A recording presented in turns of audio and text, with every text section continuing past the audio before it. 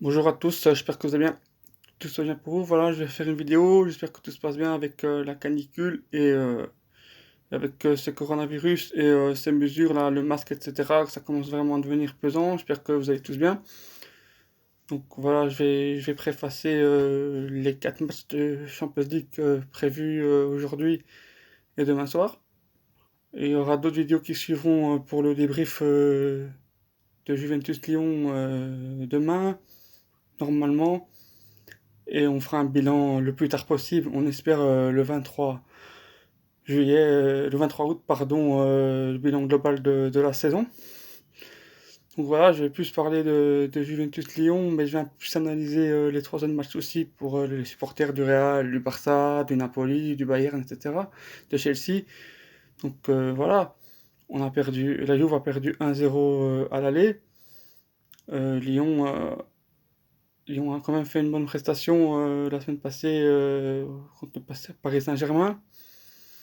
Mais offensivement, quand même, on voit que dans le dernier geste, etc., que Depay et Dembélé, c'est des bons joueurs. Mais Dembélé, au niveau de la finition, voilà, si De Ligt et Bonucci sont vraiment impliqués et qu'ils font un grand match, on ne doit pas leur concéder grand-chose. On n'a pas le choix. De toute façon, il faut faire un match parfait défensivement. Et surtout, le plus important, c'est que de ne pas encaisser j'espère, 2-0. Parce que si tu encaisses à 1-0, à 0-0, ou alors qu'ils égalisent, alors si tu mènes 1-0, là tu dois mettre 2 buts, ça devient quand même compliqué. Par contre, si c'est 2-0 et qu'eux mettent le 2-1, je pense que ça peut être faisable de mettre le troisième, parce que là, eux aussi, ils devront quand même essayer de prendre des risques. Et ils sauront pas quoi faire s'ils doivent gérer le 2-1 ou essayer de mettre le 2-2. Donc peut-être qu'ils vont peut-être faire des erreurs de précipitation aussi. Donc voilà, après, Dybala, pour moi, il faut le laisser sur le banc. Déjà, de 1, il n'est pas à 100% et il risque de se claquer après 15 minutes aussi parce que c'est des matchs aussi que l'intensité sera vraiment très forte au début. Et en deuxième mi-temps, je pense que les deux équipes vont être coupées un peu en deux et que c'est là que peut-être avec la vitesse d'un Quadrado, avec la précision du pianiste qui peut chercher à profondeur Dybala et Ronaldo, ou Dybala qui peut venir, s'il monte frais, peut venir faire un dribble et peut-être trouver l'espace pour mettre une frappe ou l'assist ou provoquer un penalty. Donc moi je pense que il faut être tactique, il faut jouer à l'ancienne pendant 60 minutes, en espérant peut-être mettre un but sur une ou deux, ou un but sur nous, quelques possibilités qu'on peut se créer sur ces 60-65 minutes là. Et après, en fonction du score, soit pousser vraiment s'il faut vraiment qu'on mette un but, soit de vraiment gérer, et si eux doivent mettre un but, justement, être tueur, parce que s'ils laissent une ou deux actions, il faut les finir. Après, dans le passé européen récent de la Juve, je suis confiant. Sur le post-lockdown, je suis pas confiant parce qu'on n'a pas bien joué, on a pris des buts presque à tous les matchs. Donc voilà, je suis mitigé, je ne me prononce pas, mais je suis supporter de la Juve et j'espère qu'on va vraiment se qualifier parce que une fois à Lisbonne, même si c'est des autres équipes, Lisbonne c'est une nouvelle compétition, ça commence à 0-0, donc voilà, peut-être que l'autre équipe va plus prendre le jeu et que nous on va peut-être avoir des actions de contre, on va peut-être récupérer un Douglas Costa aussi, donc voilà, je pense qu'après c'est une autre compétition. Après, avec un 0-0, tu peux aller aux prolongations et tu as une possibilité de te qualifier, alors qu'ici, tu as l'obligation de faire un résultat sans prendre de but ou en prenant peut-être maximum un but parce que sinon, 4 buts, ça devient compliqué. Ce soir, il y a Manchester City-Real Madrid. Manchester City l'avait emporté 1-2 à Bernabeu. Ils ont un bel avantage. En plus, pour le Real, Sergio Ramos est absent. C'est vraiment un joueur clé derrière. Donc, le Real a été éliminé l'an passé. Match retour, Ramos n'était pas là à Bernabeu. En 2018, contre nous, ils ont failli être éliminés. Ramos n'était pas là. Ici, ils jouent à l'extérieur. En plus, ok, c'est à huis clos, mais ils jouent quand même à l'extérieur. Donc, ils doivent aller faire un résultat à l'extérieur. Et en plus, les deux derniers matchs que Ramos était suspendu, donc 2018 et 2019, le Real, au début du match retour, était qualifié.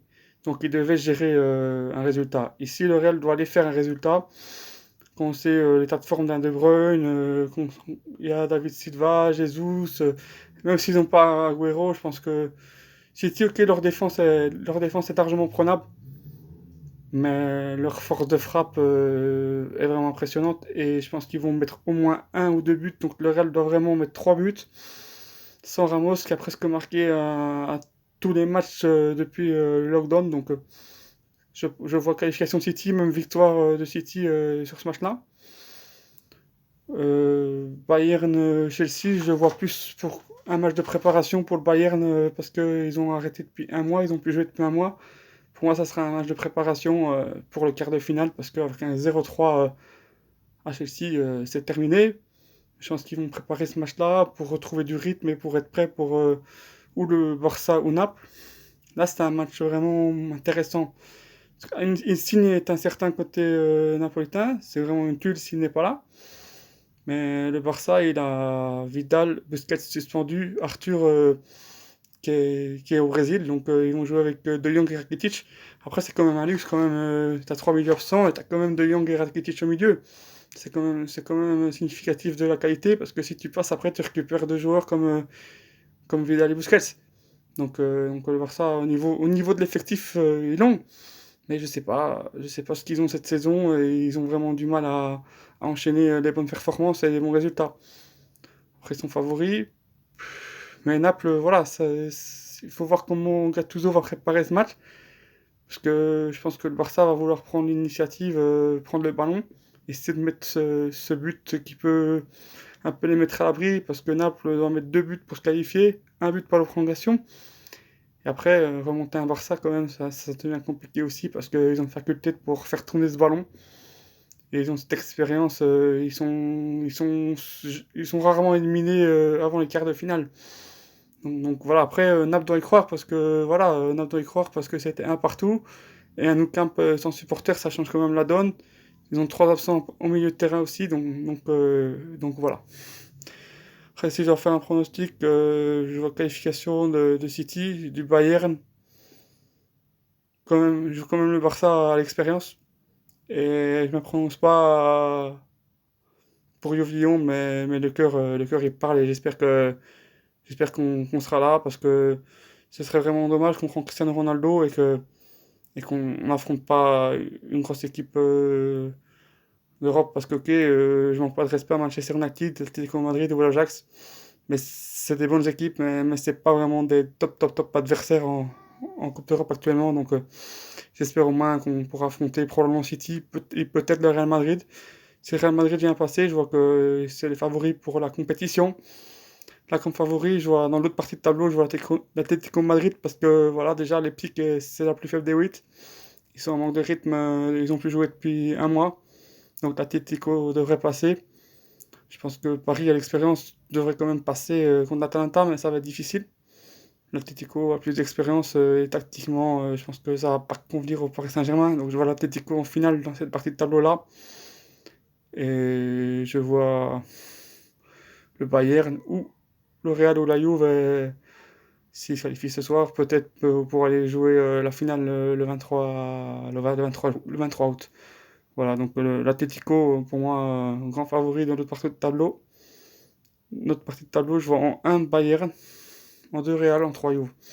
Si on passe ce soir. Parce que City, voilà, c'est toujours la même histoire. C'est flamboyant au début et à la fin, ça craque toujours. Et en plus, ils ont la partie de tableau la plus compliquée. Donc, je ne le vois pas pour City. Donc voilà, bonne fin d'après-midi à tous. Bonne soirée à tous. À vous, vous, vidéo de Tony, mettez des likes et finale à la fin, Forza Juve.